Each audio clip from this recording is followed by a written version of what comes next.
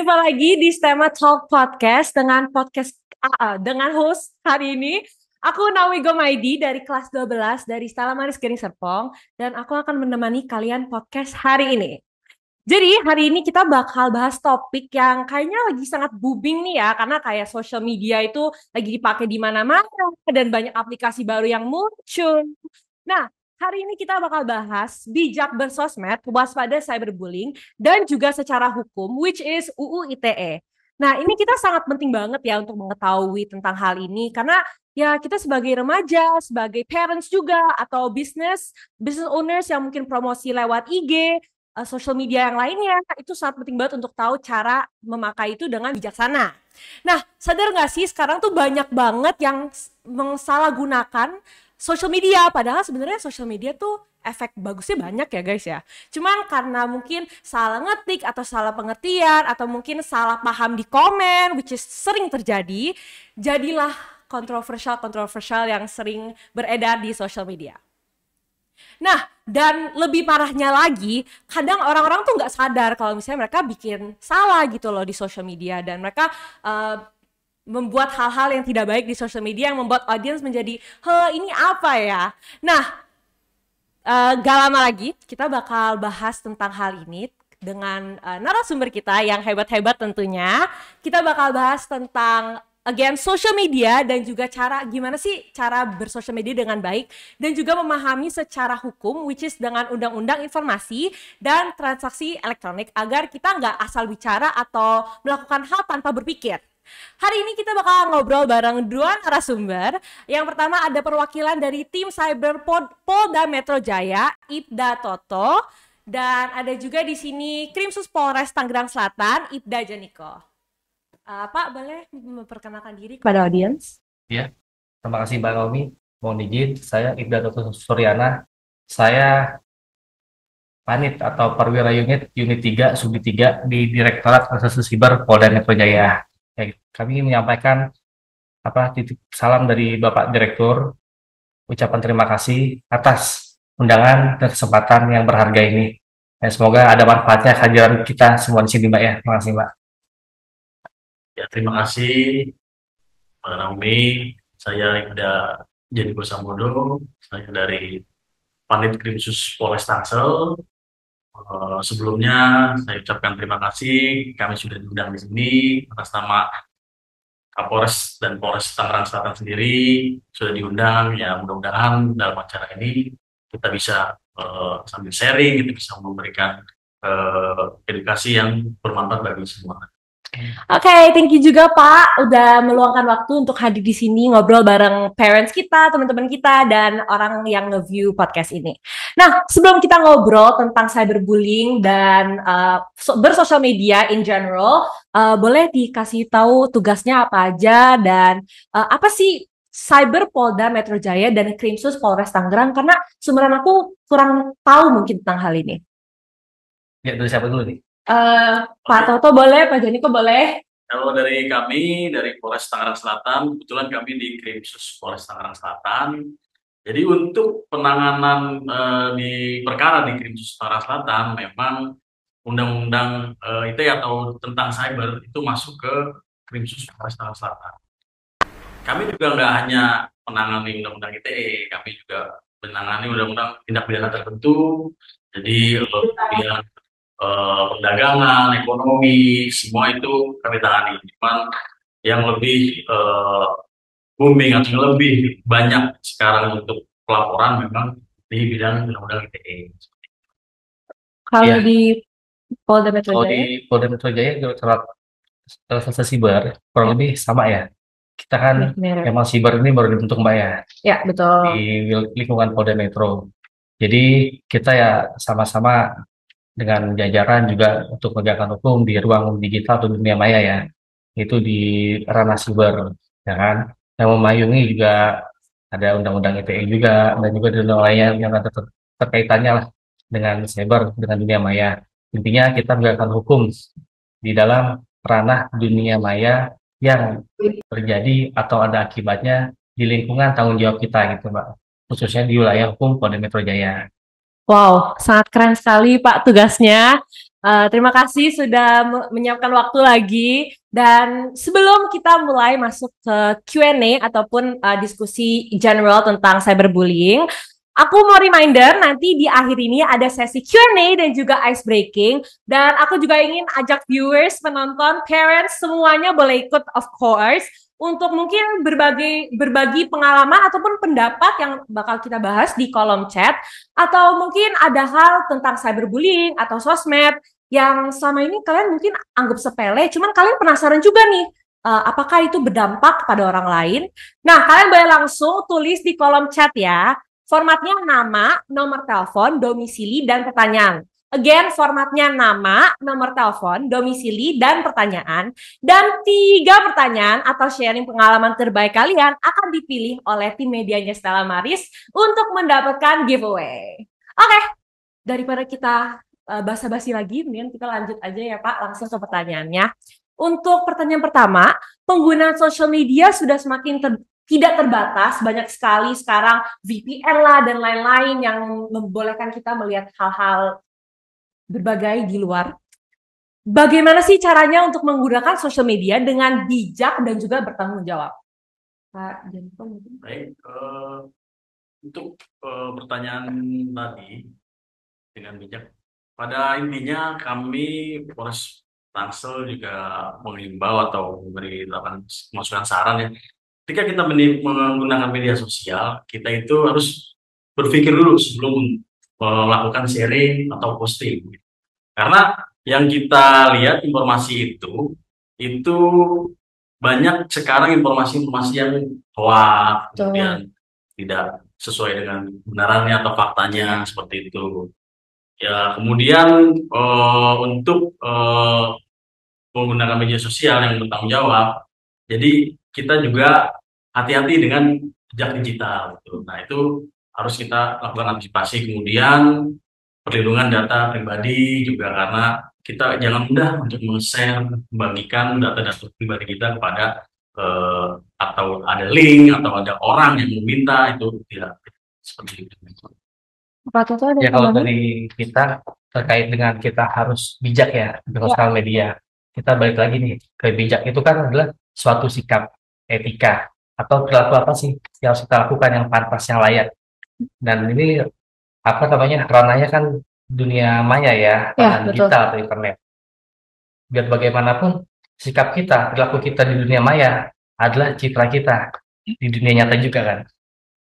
Nah, kita harus bisa menampilkan citra kita adalah yang baik, bukan maksud berpura-pura lah ya. Ya, Kita betul. harus apa adanya, ya kan? Kita harus ketika mendapatkan informasi, kita harus tahu, kita harus telah dulu kebenarannya, ya kan? Kita harus saring sebelum sharing, think before you click, Betul. ya kan? Jadi semua informasi terbuka semua di internet. Ya kembali lagi ke kita, kita harus bisa benar-benar melihat dengan jelas apakah itu benar adanya atau tadi hoax ya tadi ya, so, ya Pak Janiko ya. Iya, betul. Jadi semua balik ke kita sendiri pribadi, ya gimana sikap kita di dunia maya, balik lagi ke dunia nyata. Bagaimanapun itu menggambarkan integritas diri kita pribadi masing-masing. Betul. Nah, untuk merangkum berarti kita harus tahu ya Pak, kayak harus filter konten-konten apa yang boleh kita posting dan apa yang kita tidak posting, dan juga cara kita berkata-kata di sosial media dan juga di dunia maya harus sama, karena kalau enggak ya bisa kacau gitu kan Pak, kalau misalnya kita asal ngomong tanpa berpikir. Nah, tetap kedua, sudah dijawab, cuman mungkin kita mau memperdalam lagi topik ini. Biasa kan orang-orang mungkin yang seumuran aku, yang mungkin younger than me, mereka belum begitu tahu cara berbijak, cara memakai sosial media dengan bijak gitu loh Pak. Kayak gimana sih kita memahami agar tidak merugikan diri sendiri atau orang lain ketika berposting sesuatu di sosial media? Kita agar tidak merugikan orang lain, tentu kita pasti punya batasan. Ya. Di batasan-batasan ini kita harus pahami, di sana ada batasan tentang hukum gitu, karena bermedia sosial ini jangan kita anggap bebas. Di Betul. situ media sosial ini kita tahu batasan hukumnya seperti undang-undang ITE ya, di situ ada undang-undang perlindungan data pribadi. Kemudian batasan tentang privasi pribadi data kita sendiri, dan tentunya juga batasan tentang waktu bermedia sosial itu juga harus kita bagi kita berjadwal lagi atau seperti apa. Mungkin lebih banyak. Nah, itu dia. Kalau kita ngomongin batasan ya, Ya, betul. nanti kita akan serba salah gerak mana-mana kan. Betul, karena batasan Yang kan beda-beda kan Pak tiap orang. yang harus kita Ya. pahami adalah negara memberi batasan itu adalah dengan niat supaya terciptanya ruang digital yang teduh, damai, sejuk dan bersahabat untuk semua, ya kan? Intinya sih seperti itu. Jadi kalau kita ngomongin batasan, takutnya kan nanti malah mempersempit, ada yang malah dipersempit. Padahal kan memang tujuan utamanya adalah untuk membuat ruang digital yang ramah pada siapa saja, ya kan? Ya. Yang sejuk, yang damai, yang bisa memberikan keuntungan masyarakat lah untuk pengguna internet ya khususnya ya dunia maya gitu. Nah, Pak, kalau misalnya di sosial media dan dunia maya, kan kita nggak berkoneksi dengan orang-orang di Indonesia doang nih. Kita kan secara global nih ya. Gimana sih kita cara kita sebagai orang Indonesia gitu memakai sosial media dengan baik agar bisa menunjukkan ke negara lain bahwa Indonesia tuh bisa memakai sosial media dengan baik gitu. Gimana cara tatanya untuk membuat Indonesia terlihat bijak saat memakai sosial media? Nah, itu dia tadi Mbak Naomi ya. Seperti tadi saya bilang di awal bahwa sikap atau perilaku kita di ruang digital, di ranah dunia maya adalah mempresentasikan siapa diri kita, apa diri kita di dunia nyata juga. Itu sangat berhubungan erat, ya kan? Jadi kalau kita mau dikenal baik sama orang, jangan sama orang luar negeri atau sama siapa saja. Bahkan sama kita punya teman sesama teman ya. Di Facebook atau di Instagram kan juga mau terlihat baik juga, ya kan? Harus apa adanya, maksudnya tidak dibuat pun tidak jalan juga kan. Jadi semua ya tadi balik lagi kita harus bijak dalam bermedia sosial. Harus be wise. Karena apa yang kita buat di dunia maya, di ruang digital, di ruang cyber, itu balik lagi itu mempresentasikan siapa diri kita, citra kita terbentuk juga di situ. Gitu. Ada tambahan Pak? Ya mungkin tambahannya sih terkait sama, karena kalau kita memang basicnya di pendidikan ya, itu memang harus benar-benar paham banget lah tentang undang-undang ITE.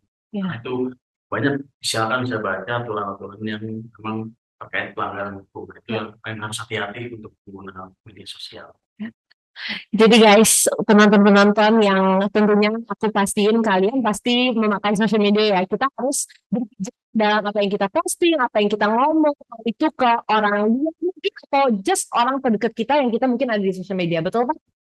Nah, sosial media ini kan belakangan ini lagi naik down banget nih, kayak gimana-mana konten sosial media, bahkan engagement bahkan sekarang lebih kecil daripada aku pun bisa jadi famous di sosial media gitu. Jadi seberapa besar sih ancaman kejahatan cyber di Indonesia saat ini dan apa yang paling sering terjadi secara general aja? Mungkin kalau di Polres Tangsel memang setiap tahunnya kita selalu meningkat kejahatan cyber. Tren yang sekarang kita lagi tanganin atau di Polres Tangsel sendiri ya terkait adanya kasus pencemaran nama baik, penghinaan, termasuk ya bullying gitu kan, penghinaan fisik, cyberbullying, kemudian pengancaman terhadap seseorang. Mungkin selama yang kita tangani sih sampai saat ini masih seperti itu. Jadi kalau ancaman cyber dari kita di Polda Metro Jaya ya kita sepakat dengan Pak Jeniko karena kita dulu sama-sama di Polda ya. Kita sama-sama tahu LP itu juga bahkan sampai 6.000. Jadi ancaman cyber itu tinggi untuk hukum Polda Metro Jaya, kita sepakat gitu ya. Fakta lah itu. Dan jadi ya kalau ancaman cybernya untuk yang sekarang ini ya kan itu kita sebenarnya bisa untuk menanggulangi atau mewaspadai ya dengan cara itu kita memahami tadi bijak bermedia sosial, memahami tentang apa itu literasi digital, kan? Yaitu nanti mencakup masalah penggunaan sosial media. Penggunaan kita menggunakan internet itu. Ya, betul. Mau menggunakan internetnya maupun menggunakan perangkatnya maupun aplikasinya ya kan? Karena kan bagaimanapun juga kan kadang-kadang ada kelengahan dari si usernya, dari kita sebagai pengguna. Jadi kalau kita ngomongin masalah itu ancaman kejahatannya ya sangat kompleks sekali ya Pak Pak Jeniko ya. Betul. Ya kan? Hampir tiap tahun memang banyak sekali ya kejadiannya macam-macam lah. dari yang mulainya penipuan online, penipuan investasi, Ya. arisan online, ya kan? Bahkan pada saat COVID aja malah paling banyak malah investasi online, Ya, ya kan? karena Ya, banyak semua juga. dilakukan by online di Iya, saat COVID tersebut. emang sudah zamannya, Iya, kata orang Jawa ya betul. udah wayahnya ya Iya, wayahnya. Jadi apa namanya, apalagi belum lagi yang sekarang rame itu tentang kejahatan yang seolah-olah dia diberikan tugas atau misi. iya, Oh, hit Kalau comment. iya, iya, iya, Oke. kalau di apa biasa disebut itu pick bacering, ya kan? Oh, Jadi oke. korbannya dibuat nyaman, dikasih misi-misi tugas, Oh, terus ketika sudah besar kerugiannya, pelakunya menghilang. Itu yang lagi sering marak sekali iya, ya itu Pak Joni. harus Terus diwaspadai lah semuanya. iya, belum lagi masalah akses ilegal, pencurian data, wow. ya kan, dan peretasan. Gitu kan kalau akses ilegal, pencurian data, peretasan, itu kan yang tadi saya bilang tadi tuh Mbak, Ya, balik lagi ke kita nih, sebagai user. Kita harus memahami apa itu literasi baik. digital, Iya, Betul, tentang betul. bagaimana penggunaan kita di media sosial, penggunaan iya, perangkatnya juga.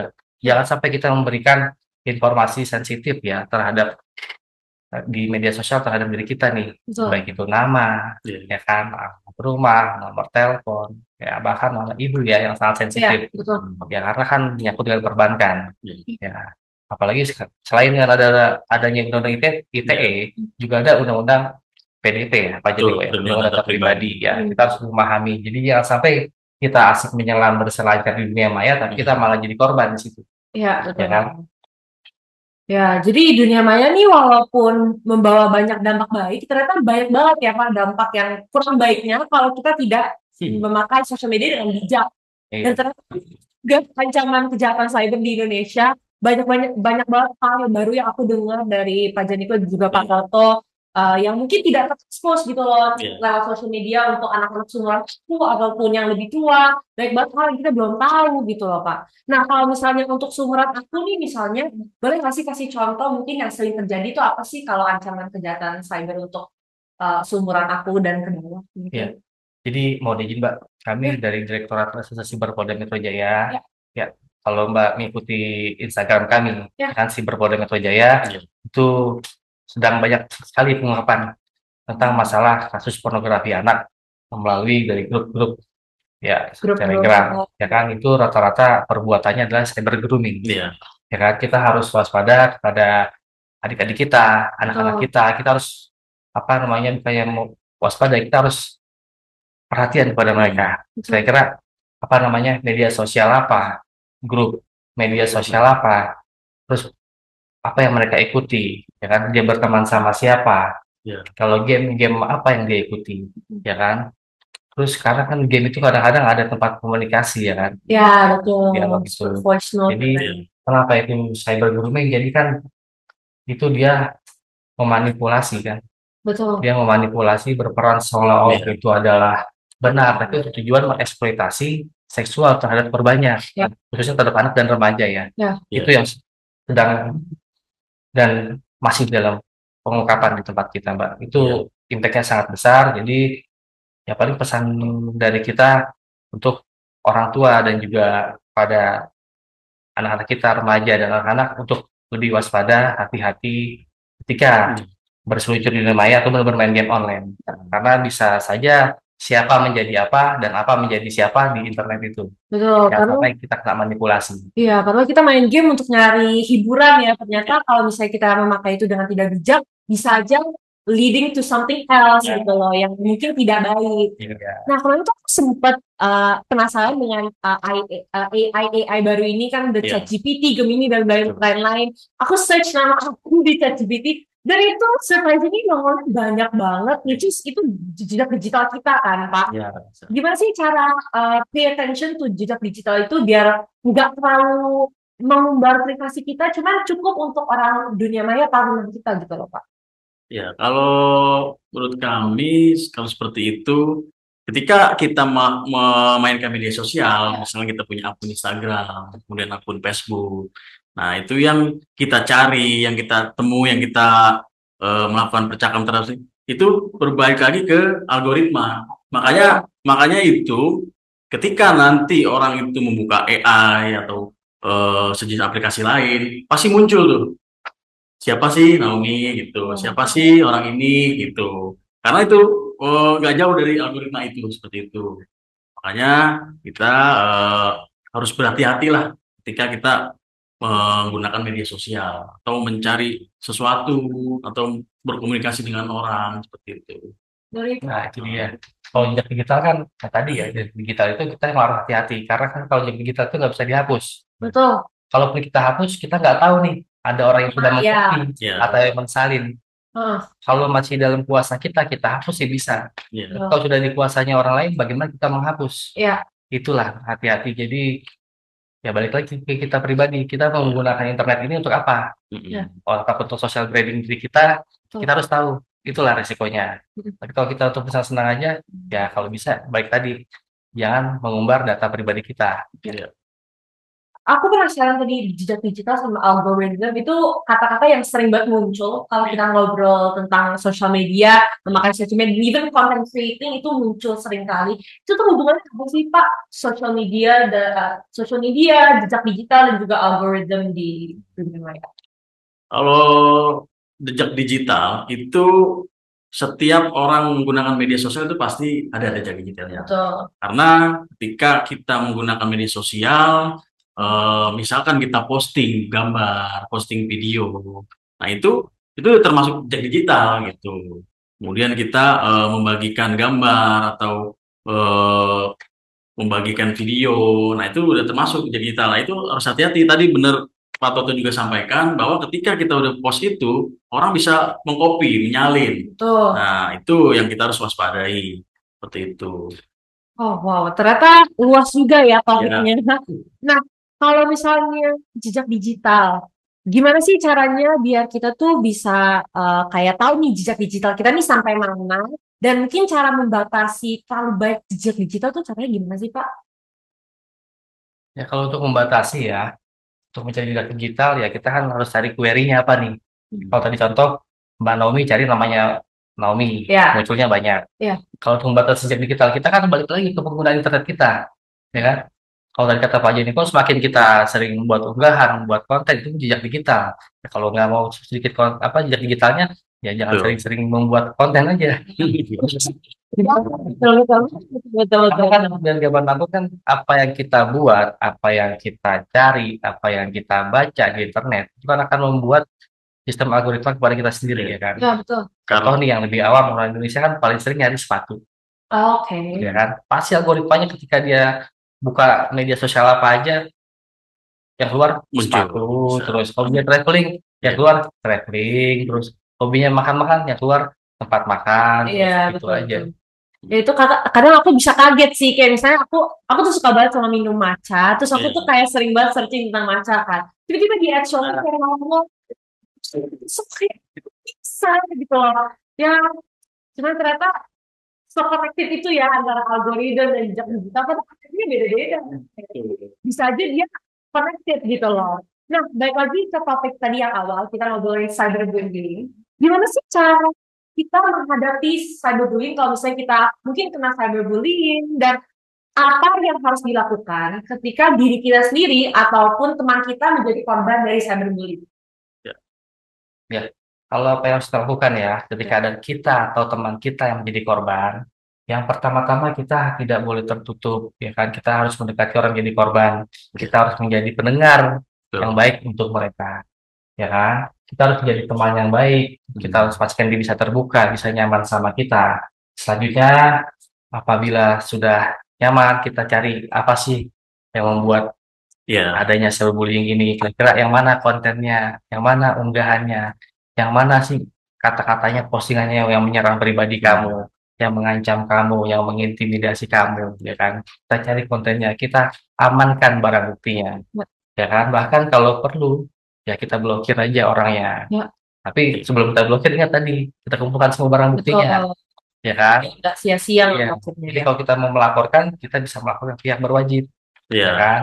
Jadi lebih ke cenderung ke memberikan dukungan dan support kepada orang yang terkena cyberbullying, jangan sampai dia ini malah makin minder gitu. Bahkan kalau ada postingan dari si pelaku, itu nggak usah dibalas. Iya.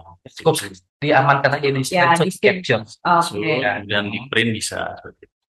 Aku pernah nih Pak kejadian salah satu teman aku ya kayak jadi kita kan mengunggah foto-foto kan sering diunggah kan di sosial media bisa kita berlibur dan lain-lain gitu. Nah, karena satu saat ada akun yang screenshot dan menjadikan itu profile picture mereka. Apakah itu juga satu form of cyberbullying atau apakah itu melanggar undang-undang tentang teknologi? Kalau seperti itu banyak ya sekarang kejadian juga Oh, mungkin banyak kita tangani karena dia memajang foto di media sosial, kemudian di screenshot, dijadikan foto display picture oleh si pelaku. Nah, itu kita masuk ke unsur pidananya.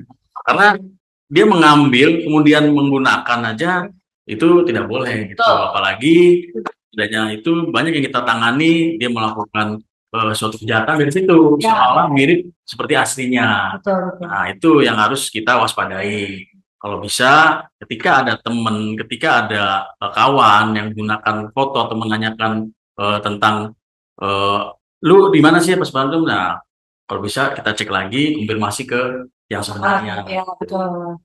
Nah, kalau kayak gitu tuh mendingan kayak misalnya kita melihat nih satu akun yang mungkin memakai display picture teman kita atau teman kita sendiri, apakah kita lebih baik untuk mengkonfrontasi orang itu misalnya baik-baik secara baik-baik kita menanyakan tujuan mereka atau mungkin langsung di screenshot dan langsung dilapor ke pihak yang seharusnya. Oh, berarti itu konteksnya masalah fotonya dipakai ya? Ya, betul. Bukan masalah di stalking, bukan ya? Ya, Bukan ya? bukan. Dibuat seolah-olah itu adalah akunnya si Ya, betul. korban ya? Ya, Oh iya. Jadi kalau begitu kan udah jelas manipulasi. Ya, Ya ya, kan? Soal otentik. Udah jelas itu sangat merugikan si pemilik korban. konten aslinya. ya, Ya kan? Apalagi misalkan yang punya konten aslinya di tag namanya ditambahin narasi atau redaksi yang tidak Ya, benar. ya, betul. Sudah jelas itu ada namanya pencemaran, ada manipulasi ya, secara baik ya kan, pasti ada fitnah juga, dan itu juga ya sangat bertentangan dengan undang-undang oh ITE ya, ya. betul, sangat. Hmm. Sangat. Memang itu tidak diperbolehkan, tapi kalau bisa kita menangani yang seperti itu, ini kan ya kalau masih dalam lingkungan sekolah, Ya, ya kan, guru adalah orang tua di sekolah, ya kan, betul. ya kalau bisa dibicarakan dulu kepada Guru. guru ya kan terkait penyelesaiannya, ya kan, bukan kita mengenyampingkan hukum, bukan, tapi kita coba pendekatannya persuasif, Ya. ya kan, supaya karena kalau udah bicara hukum kepada anak itu impact-nya ya kan akan mungkin berasa sampai dia nanti dewasa, Ya. akan terbawa ke sampai orang itu pun sepanjang hidupnya. Makanya kalau bisa, selagi masih ada guru di sekolah, ya kita manfaatkan saja perannya orang tua di sekolah Ya, tersebut yang betul. bernama guru. Gitu. Ya. Nah, kita kan dari tadi tuh bahas tentang sosial media dan juga UITE ya, undang-undang ini. Ya. Dan bapak-bapak berdua sering banget kerja dengan hal itu, Ya. kerja bareng dengan hal itu. Mungkin anak-anak seumuran aku atau mungkin parents yang baru dengar istilah UITE ini tidak tahu apa itu panjangannya dan isinya apa. Boleh nggak sih secara general kita membahas UITE? Boleh, Ya. jelas. Mungkin kalau dari kami Undang-Undang ITE ini tentang pengertian sendiri transaksi elektronik ya, di mana di situ diatur tentang bagaimana, bukan cara melakukan, bagaimana pelanggaran-pelanggaran yang sifatnya menjadi pidana gitu. Nanti dengan adanya aturan itu ya, jadi orang nggak gampang untuk melakukan kejahatan gitu. Nah, itu harus benar-benar hati-hati gitu. Apalagi untuk yang masih muda atau sekolah atau segala macam, ya tidak apa-apa, baca saja dari undang-undang itu. Itu semua tertera di situ. Gitu. Seperti itu. Ya, berarti sangat penting ya untuk kita Oh iya, mengenalkan tentang UITE dan Ya. cara berbijak cara memakai sosial media dengan bijak itu sangat penting ya, Ya. Pak. Nah, seberapa besar sih tadi kan kita ada bahas orang tua dan juga teachers, guru-guru yang di sekolah yang mendampingi kita itu ada peran besar ya. Seberapa besar sih peran mereka dalam hidup kita dalam ranah cyberbullying dan juga mungkin hate comment di sosial media di dunia maya. Perannya siapa? Perannya orang tua dan guru-guru. Perannya orang tua dan guru kan itu, orang tua dan guru adalah benteng ya. Ya, Kalau dari segi dari anak atau murid ya, dia kan benteng pertama, ya. ya kan? Dialah pelindungnya yang pertama. Hmm. Jadi ketika ada permasalahan mau itu cyberbullying ataupun berkala perkara konvensional ya, Mm-mm. terkait siswa berantem ya, pasti garda terdepan adalah guru dan orang tua. Ya, Ya kan? betul. Tapi kalau kita berbicara masalah udah di ruang digital, Mm-mm. berarti ada aturan lain Ya, yang diatur di Undang-Undang ITE, betul. ya kan?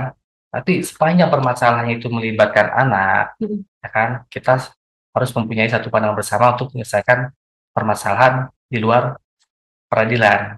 Ya, kalau bisa kita diversi, kita selesaikan secara apa namanya melalui Betul. restoratif justice ya Pak Jeniko ya, Betul, ya kan? bisa restoratif Ya, justice, mm, menyelesaikan perkara di luar pengadilan. Oke, terus kalau misalnya akan ini lagi sering terjadi ya Pak, kayak berita palsu, hoax lah, yaitu tentang A, B, C, D, dan lain-lainnya. Dan mungkin itu bisa mencemarkan nama baik orang. Kalau misalnya kayak gitu, kalau konsekuensinya secara hukum tuh apa sih Pak? Ya, konsekuensi secara hukum memang harus menanggung jawab perbuatan pidana. Karena kan pencemaran nama baik itu juga diatur di dalam Undang-Undang ITE gitu. Kemudian penghinaan, terus pengancaman. Nah, itu yang memang harus berhati-hati. Jadi setiap kita post, setiap kita memberikan komentar atau ini itu memang harus hati-hati, harus kita pikirkan dulu seperti sebelum kita post gitu, seperti itu. jadi terkait dengan adanya berita palsu atau pencemaran nama baik yang soal di media sosial itu Ya, ya sudah pasti ada konsekuensinya secara hukum ya. ya, Karena kan sifatnya dari media sosial kan apa namanya umum ya betul. atau Ya, bisa di akses dilihat oleh siapa saja. Ya, ya, Jadi apa namanya karena sifat umum otomatis kita ada pencemaran nama baik pasti ada yang dirugikan, ya, ya ya, kan? Jika ada hoax berarti kan ada yang dirugikan ya, dan korbannya pun kalau pencemaran nama baik kan mungkin ke si pribadinya, tapi kan bisa membuat tidak nyamanan untuk teman-temannya, untuk betul. keluarganya. Ya, Kalau hoax itu kan itu terjadinya memang di dunia maya, ranah hmm, siber, ranah digital. Tapi kan apa akibatnya ya, bisa ke dunia nyata, betul. ya kan? Itu yang sama-sama kita harus perangi. Itulah kita kembali lagi tadi masalah kita harus apa saring sebelum sharing, Ya, think before harus you click, filter. ya ya, kan? Cari dulu faktanya seperti apa sebelum kita membagikan suatu berita atau broadcast yang kita dapat Ya, betul. demi menjaga situasi ranah digital yang tadi saya bilang damai, sejuk dan bersahabat untuk semua. Ya, betul. Karena banyak banget ya orang oknum-oknum yang mungkin mau memposting sesuatu hoax cuma untuk viral doang ya, gitu. betul. Nah, itu bahaya kan. Iya, sangat. Tadi kan kita bahas konsekuensi secara hukum nih. Kalau misalnya tadi kan Pak Toto juga ada nyebut kalau misalnya itu bisa efek kita nanti pas kita udah besar, udah adult, udah kerja gitu loh.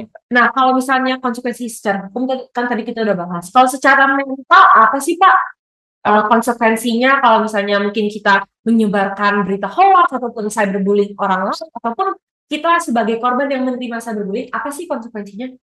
Untuk korban secara mental ya, Ya, pasti dia akan tertekan, betul. ya kan?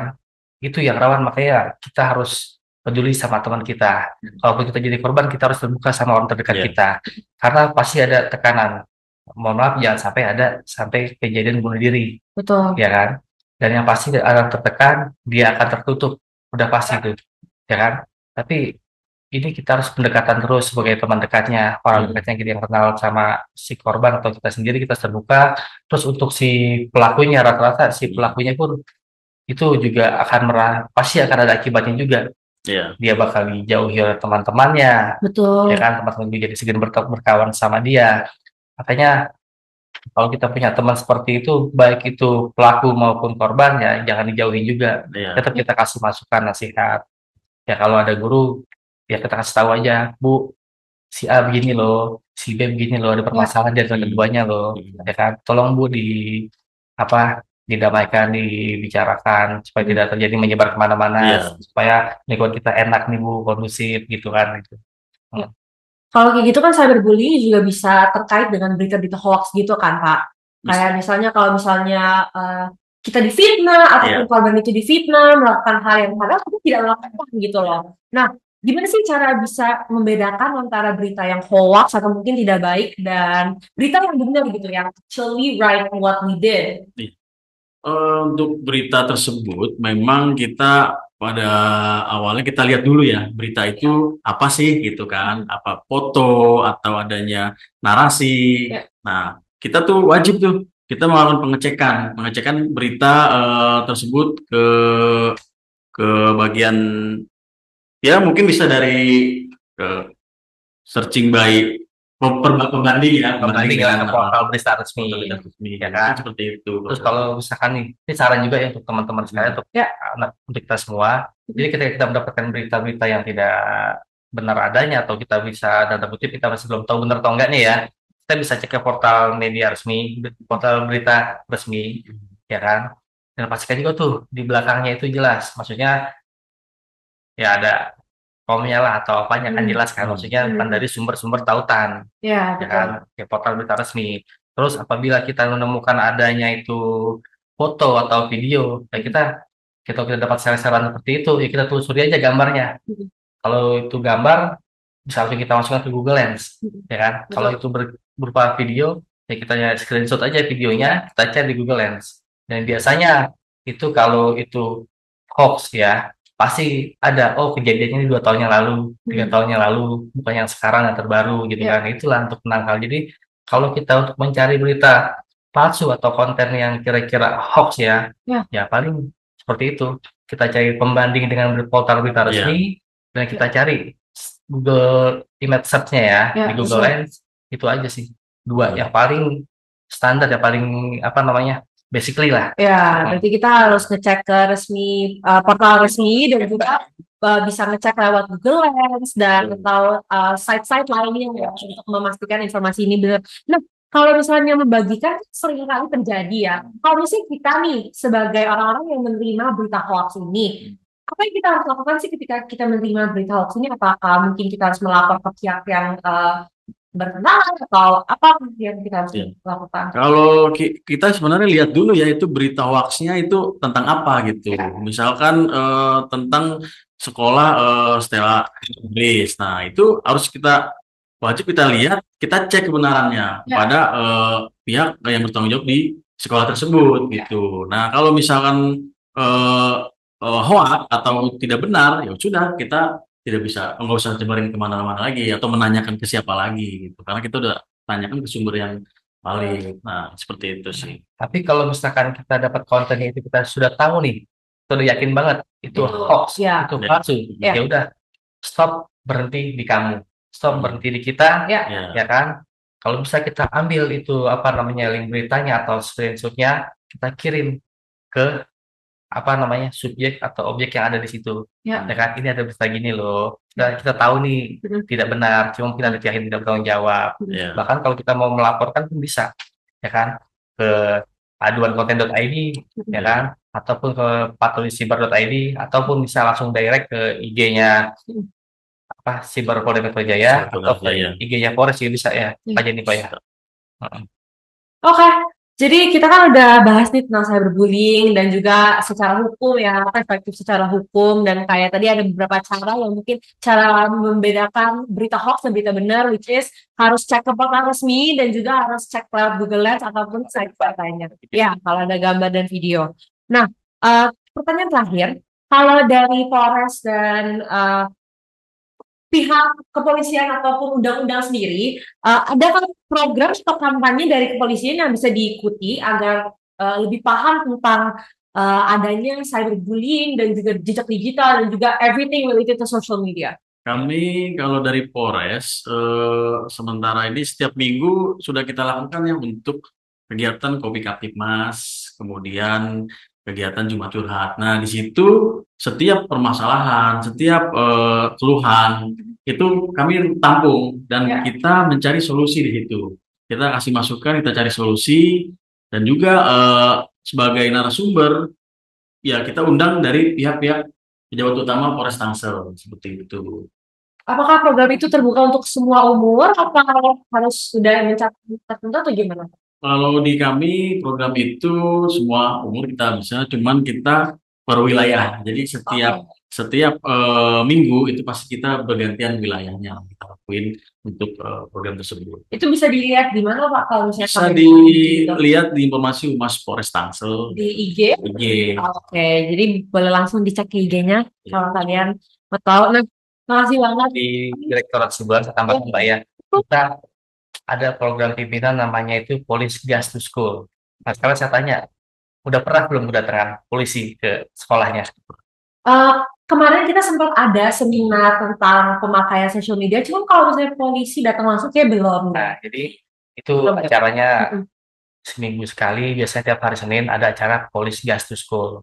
Dan acara Police Gas to School itu biasanya polisinya datang tuh ke apel upacara pagi biasanya hari Senin. Di situ nanti ada masukan masalah apa himbauan Kamtibmas. Kalau di ranah cyber ya tentang itu tadi apa namanya ranah dunia maya kan, Mm-mm. tentang literasi digital, bijak bermedia sosial, ya kan, tentang ancaman-ancaman dari kejahatan dunia maya dan lain-lain. Jadi kalau misalkan apa namanya ada kesempatan dan memang ada undangan dan diizinkan, Ya. ya kita tidak berkeberatan untuk hadir di sini kembali dalam acara nanti Polisi Justice School kalau ada yang bayar. Ya, untuk bersosialisasi tentang topik ini dan biar semua orang tahu ya Pak ya. Again, cara berbijak pakai social media dan juga cara taruh boundaries, apa yang kita boleh posting dan apa yang kita tidak boleh posting dan kata-kata dan lain-lainnya. Nah, sebelum kita masuk ke Q&A dari viewers, kita ice breaking dulu. Nah, aku bakal ingatkan lagi, kalian boleh share pengalaman kalian yang mungkin kalian anggap sepele, tapi sebenarnya itu hal yang harus dibahas gitu loh. Kalian boleh banget pengalaman itu tentang bersosmed atau cyberbullying, tanya kepada Bapak Toto dan Bapak Jennifer tentang cyberbullying ataupun itu sosmed. Kalian boleh tulis di kolom komentar dengan format nama, misalkan domisili dan pertanyaan ataupun pertanyaan. Again, formatnya ada di nama, nomor telepon, pengalaman, ataupun pengalaman ataupun pertanyaan yang kalian mau tanyakan secara langsung kepada dua bapak hebat ini. Oke, eh, ini udah ada pertanyaan yang masuk ya Kak. Ini dari kakak atau kakak Nanang dari Surabaya. Nomor satu, bagaimana sih cyberbullying dapat mempengaruhi kesehatan mental seseorang? Ya, untuk mempengaruhi itu sangat mempengaruhi ya. Karena kita lihat dari apa sih kata-katanya itu tersebut. Karena kan termasuk kayak body shaming ya Ya, kan, betul. kemudian menjelekan fisik. Ya. Nah, itu sangat benar-benar mengaruhi mental seseorang itu. Makanya kita tuh terhadap dunia maya atau dunia cyber ini itu memang harus hati-hati.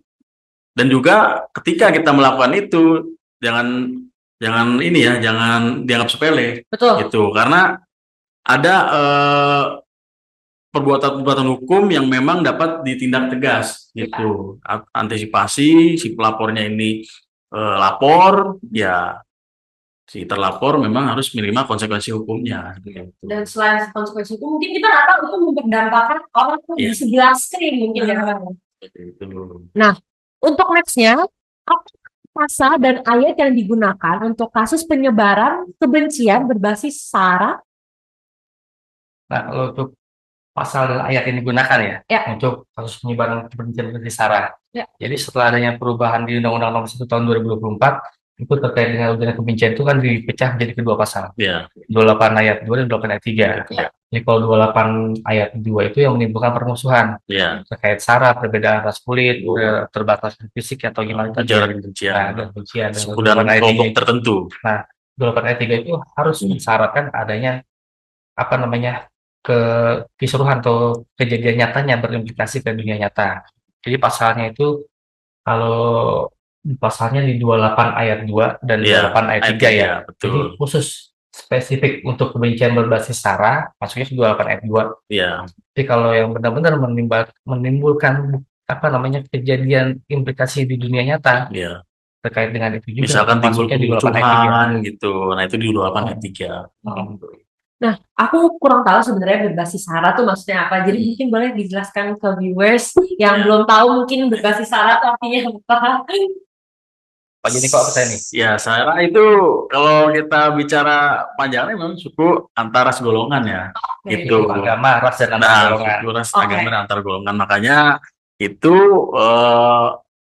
cakupannya luas ya, suku itu luas ya kan, ras luas, agama luas. Makanya itu Juga luas. ya, makanya itu pun yang sensitif semua. iya, Ya, betul. seperti itu. Apa saja perbuatan yang bisa dijerat UU ITE? Perbuatan dijatuhi itu banyak ya, sebenarnya banyak, Mbak. Karena bisa dilihat juga di Undang-Undang ITE, ya termasuk kita pencemaran nama baik, Ya. kemudian penghinaan, kemudian hacking atau peretasan, ilegal akses, ya kemudian eh, grooming, ya kan, terus itu banyak itu diatur, itu bisa itu. Makanya kita harus sangat hati-hatilah dengan menggunakan media sosial. Jadi kalau perbuatan yang bisa dijerat ya di Undang ITE itu sudah diatur di pasal 27 sampai dengan pasal 35 ya Iya, Bang Niko ya.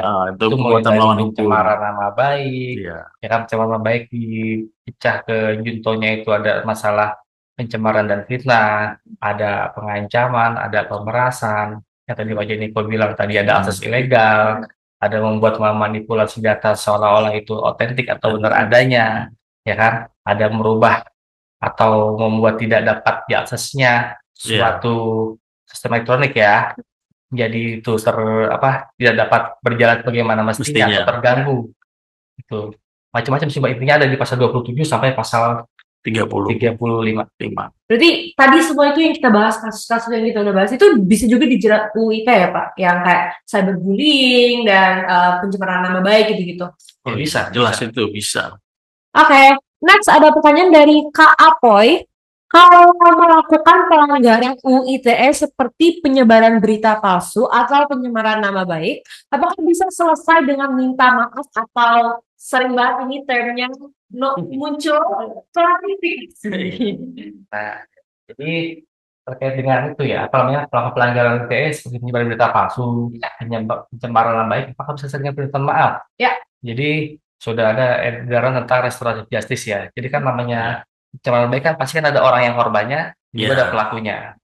Dan biasanya kita mengedepankan lagi tuh penyelesaian masalah dalam masalah hukum, kita kasih ruang seluas-luasnya kepada para pihak yang bermasalah terkait dengan adanya konten atau pelapor dengan terlapor itu untuk apa kita mediasikan, ya kan? Terkait itu maafnya itu selesai atau enggak kan bukan dari kita, Betul. tapi kepada para Ya. pihak. Oh, ya. Kita hanya memfasilitasi supaya bisa diselesaikan masalahnya itu melalui mediasi atau restoratif justice. Ya kurang lebih seperti itu. Tapi kalau terkait dengan berita palsu ya, yang tadi dibilang oleh Pak Janiko kalau ada korban implikasinya atau akibat di dunia nyata itu nggak bisa pakai permintaan maaf kalau klarifikasi. ya, Karena balik lagi tadi pembicaraan kita sebelumnya, ini akibatnya ada loh di masyarakat. ya, Kalau sudah ada akibat di masyarakat itu kan ada hal sensitif di masyarakat yang sangat-sangat dikhawatirkan atau yang sangat-sangat jadi apa namanya sensitif lah untuk masyarakat, ya kan? Betul. Dan kalau seperti itu sih, apalagi tadi menyangkut masalah SARA itu sih ya, itu lebih dikedepankan masalah penegakan hukumnya ya, betul. karena implikasinya itu nggak cuma selesai hanya permintaan maaf, takutnya bisa membahas yang lain-lain, bisa terjadi kerusuhan atau apa, dan situ harus ada ketegasan. Dan itu memang perlu yang namanya ketegasan terkait dengan berita palsu yang menyangkut dengan SARA dan keamanan masyarakat lah intinya. Kalau misalnya tentang penyelesaian dengan klarifikasi nih Pak, ini kan sering nih ya, apalagi konten kreator sering banget nih kata-kata klarifikasi. Sebenarnya seberapa efektif sih klarifikasi itu kepada para korban ataupun pihak-pihak yang tersangkut? Nah itu tadi tergantung lagi kepada korbannya. Ya. Yang mengklarifikasikan pasti kan si yang diduga sebagai pelakunya. Ya, Betul. kalau si korbannya terima klarifikasi, berarti kan masalah selesai. Betul. Kalau nggak selesai, berarti kan Harus lanjut. ya. Karena si korban masih meminta keadilan. Ya. Karena dia mau apa namanya akibat adanya unggahan atau konten dari yang melakukan klarifikasi, dia sudah misalkan nih, dia sudah habis lah apa nama baiknya, udah nggak ada goodwill-nya, nggak ada nama baiknya kan, dia udah ngerasa hancur. Ya bagaimana kembali keadaan korban seperti semula aja. Ya. Kalau klarifikasi itu cukup, ya silahkan. Ya. Kalau enggak, ya silahkan keadilannya. Kalau si korban mau itu ya melaporkan. Pak Joni, ada tambahan? Ya karena kan kalau di Undang-Undang Perpol itu tentang restoratif justice kami itu banyak ya syaratnya ya. Karena nggak cuman klarifikasi aja. Jadi si terlapor atau si pelaku ini harus membuat video, ya kan, permintaan maaf, kemudian membuat surat pernyataan, surat perdamaian. Nah itu dipost di medsosnya dia, itu di medsosnya pelapor. Dan ini yang dapat mengangkat nama baiknya si orang ini gitu. Jadi itu tidak benar, ini pelaku dia, gitu kurang lebih sih. Oke, ini ada yang share pengalaman dari Kota Bekasi. Wow, beda planet ya, Kota Bekasi. Iya. Dia tulis, saya pernah dikirimin chat WA berupa alat kelamin pria. Maaf. Juga pernah melakukan video call menunjukkan alat kelamin tersebut, tapi saya nggak menganggap, apalagi melaporkan itu ke kepolisian karena takut menyebarkan hal ini dibilang melanggar UU ITE. Takut diancam oleh orang-orang yang kirimi saya gambar tersebut. Bagaimana sih Pak kalau kayak gini solusinya? Kalau dari kami itu waktu sangat fatal ya. Itu memang harus segera dilaporkan. Jadi nanti stepnya itu si pelapor ini dia harus screenshot nih, screenshot dulu aja bagian dari pengiriman itu di device-nya. Kemudian kalau dia ngirim video, nah itu bisa rekaman. Nah, tapi dengan adanya dia bukti awal itu langsung lapor ke kami. Itu langsung lapor ke Polres. Kami akan cek kebenarannya, kami akan ungkap kasusnya seperti itu. Kan kita kan dapat jejak digital rekam dari si pelaku itu udah ada yang nomor WhatsApp, kemudian apa namanya medsosnya. Nah, itu haruslah kita dilaporkan itu. Jangan sampai didiemin atau apa namanya. Nah, nanti berakibat ke dia sendiri terus lakuin sama si pelaku itu terus macam dia seperti itu. Itu harus antisipasi. Kalau saran kami udah laporin aja. Nah, kalau misalnya di posisi ancem gitu kan, kadang kita kayak jadi takut gitu kan untuk melapor ini. Gimana sih caranya biar kita tuh bisa kayak, oh sadar nih bahwa kita tuh sebenarnya harus melaporkan ini walaupun kita diancam dan merasa takut. Gimana sih caranya kita keluar dari mindset itu? Kalau tadi saya lihat dari pertanyaannya kan seolah-olah tadi si penanya atau Mbak Endang ya, seolah-olah kan kasih kiriman pesannya Japri. Betul. Itu sih bukan cuma ITE aja kena ya, Ya. tapi undang-undang tindak pidana kejahatan seksual kekerasan seksual dan TPKS. PKS, Kekerasan seksual tindak pidana berbasis kekerasan seksual. elektronik atau komputer. Betul. Itu memang harus dilaporkan, ya kan? Terkait mbaknya takut, ya bisa lapor kok ke kantor polisi atau kalau udah nggak nyaman, nggak mau kantor polisi bisa juga lapor ke direct message ke IG Akun Polda Metro Instagram. Jaya atau kalau udah nggak kuat atau gimana ya minta tolong aja orang Dari untuk menceritakan untuk melaporkan karena kan ini bisa juga nanti larinya ke pengancaman Iya, juga ya, betul. ya kan? Pokoknya kalau ciri-ciri seperti itu, pokoknya intinya ya kita harus berani melapor, Oh, iya. jangan nutup diri ya Pak. Kalau menutup diri malah nanti parah begitu Iya. kejadiannya. Nah, ada pertanyaan lagi dari Kak Endang. Apa ciri-ciri fanpage Facebook suatu kantor atau instansi yang resmi? Nah, sekarang pertanyaannya fanpage Facebook. Ya, Mbak Naomi masih main Facebook nggak? tidak. Yang mungkin menanyakan sudah lebih tua ya. Sih. Benar. Ya kan itulah perkembangan zaman ya. Karena ya dunia maya, dunia cyber ya perkembangan lebih cepat. Kalau dibilang itu fanpage yang resmi seperti apa, ya Baik ciri-cirinya sebenarnya. kalaupun itu keterbatasan lokasi jarang atau gimana ya kan, Aha. ya coba apa namanya tanyakan aja ke Resmi. yang resminya. Ya. Kalau ke kepolisian telepon aja Iya. ke 110 terkait Betul. dengan apa sih yang benar. Nanti kita bantu Iya. untuk pengecekan. Iya, daripada nyari ke nyari ke Facebook, nyari ke internet dan biasanya Iya. dan biasanya itu yang sering terjadi Iya. ketika orang tuh mencari nomor telepon call center Rawan phishing. Betul. nomor masalah. Iya. Kayak telepon tiba-tiba Ya. bilang dari pihak bank Betul. sering terjadi ya Pak ya, Tapi kayaknya. kalau misalkan di IG itu kan masih ada centang birunya tidak berbayar seperti di X ya. Betul. Kalau gampangnya sih ya lihat aja apa namanya ada centang birunya nggak kalau di IG ya kan. Terus kira-kira update nggak? Kira-kira misalkan nih mohon maaf nih kira-kira di situ pimpinannya bener nggak sesuai yang ada dicari di Google. Oh bapak ini atau ibu ini gitu kan. Kalau dia nggak update tapi dia masih update ya kan? Ya. Kan janggal juga. Ada red flag ya. di situ. Betul. Nah, makasih Pak atas sharingnya semua hari ini. Kita udah bahas cyberbullying, jejak digital nih, bahas ChatGPT, bahas Facebook juga, banyak yang kita bahas hari ini. Nah, yang penting kita harus bisa tahu bedanya antara berita yang hoax dan berita yang benar ya. Dan tadi caranya ada langsung cek ke portal resmi dan juga lihat kalau misalnya foto atau video lihat ke Google Portal Lens dan kalau ya dan kalau misalnya ada mungkin kejadian yang tidak enak kepada kita atau kepada kita ada langsung lapor pihak hukum, pihak polisian, betul? Nah, kalau untuk Polres Tangerang dan Cyberpolda, apa sih harapan untuk generasi muda dan masyarakat agar bisa lebih bijak dalam menggunakan sosial media? Kalau harapan kami untuk semua yang menonton ya, yang menonton itu memang yang pertama ketika menggunakan media sosial itu wajib sharing, wajib berpikir sebelum posting gitu. Jangan sampai kita sembarang memposting. Jaga data pribadi kita sendiri seperti itu. Jangan sembarang mudah memberikan kepada orang lain seperti itu. Kemudian untuk berilah edukasi itu dari pihak-pihak yang lebih paham juga tentang cyber, kemudian berikan pengawasan daripada orang tua kepada anak-anaknya seperti itu. Kalau dari saya ini bukan ini kalau malah lebih ke saya pribadi jadi saya. Jadi kalau dari saya pribadi ya kita pribadi dan general lah. Jadi kalau untuk pesan yang mau saya sampaikan untuk membantu generasi muda yang terlibat di dalam menggunakan sosial media, ya tadi saya sepakat dengan Pak Janiko, ya kan, jangan membagi informasi yang sensitif atau sifatnya rentan ke media sosial. Kalau misalkan itu yang rentan, kalau belum tahu itu terkait nomor telepon, nama orang tua, alamat tinggal, bahkan kegiatan kita. Kalau kita misalkan lagi traveling, kalau bisa jangan kasih tahu, Betul. ya kan? Postingnya nanti Iya. Terus apa? Kalau menggunakan internet, ya sesuaikan dengan usiamu.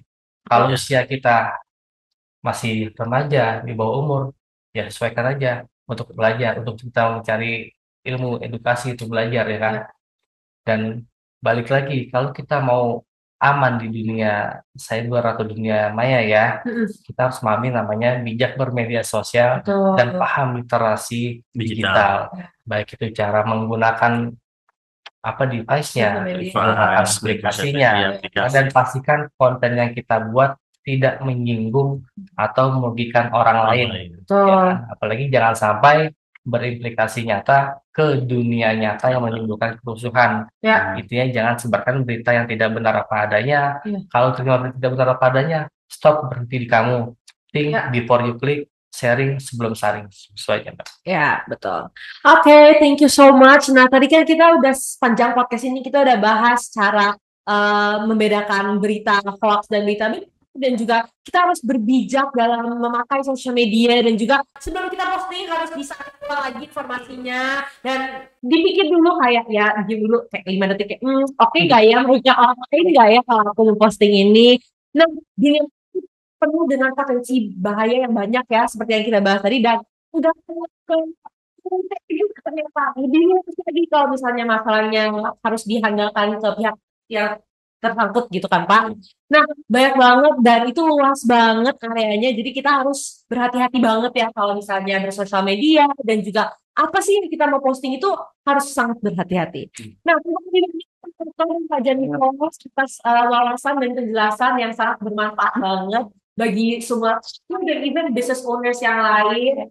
Nah, sebelum kita mengakhiri podcast ini, we are going to go to the most awaited part of our viewers, yaitu giveaway. Kita kan tadi ada giveaway Pak, dan dari Q&A kita baca-baca, kita bakal menggunakan giveaway. Silakan. Oke.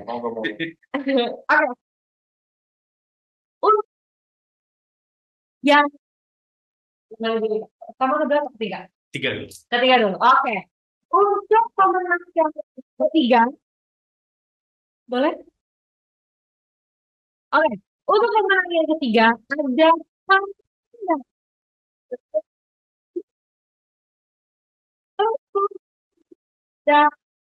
Kaneng, betul? Neng, ya Kaneng. Yang pertama ada di Kapoy.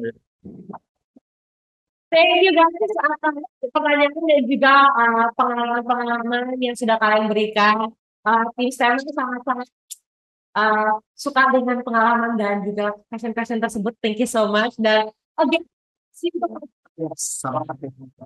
Terima kasih. Ya, pasti ada. teman-teman dihubungi oleh tim marketing communication kami, Stella Maris, untuk konfirmasi melalui WhatsApp. Dan pastikan nomor WhatsApp yang tadi dikasih di kolom chat itu bisa dihubungi dan terdaftar ya guys ya. Karena kalau enggak, ya kayaknya tadinya kalau kita oke. Ya, jadi boleh banget ya kalau dipastikan nomor teleponnya bisa dihubungin. Nah, itu aja untuk podcast kita sore ini. Again, ini dari ketiga kali, cuma benar-benar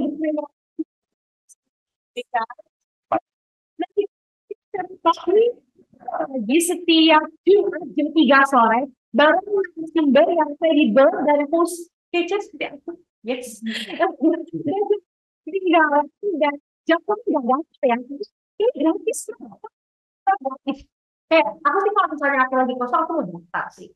Nah, bagi Bapak Ibu yang tertarik dengan Stella Maris bisa menghubungi kami di nomor 0878 7278 5231. Aku ulangi lagi nomornya 0878 7278 5231 dengan format siang, anak dan juga pertanyaan. Jadi kalau misalnya kalian mau mungkin sekolah di Stella Maris, boleh langsung dicek nomornya. Dan untuk mendapatkan terbaru podcast sekolah Stella Maris dan juga podcast ini boleh cek dan follow juga ya guys ya. Instagram Stella stellamaris.sch. Again, stellamaris.sch. Nah, mungkin boleh Kak dipromot untuk terakhir kali Pak IG untuk Polres dan ya. Polres ya kita bisa di @Humas Polres Tangsel. Oke. Ya, untuk Direksi Polda Metro Jaya bisa mengikuti Instagram Polda Metro Jaya. Boleh dicek ya guys Instagramnya kalau kalian mungkin penasaran lebih lanjut tentang cyberbullying dan social media use dan cara gimana sih cara berbijak dalam social media. Akhir closing itu dari Mi, Pak Toto dan juga Pak Jiliko. Kita undur diri and I'll see you guys on the next podcast. Bye.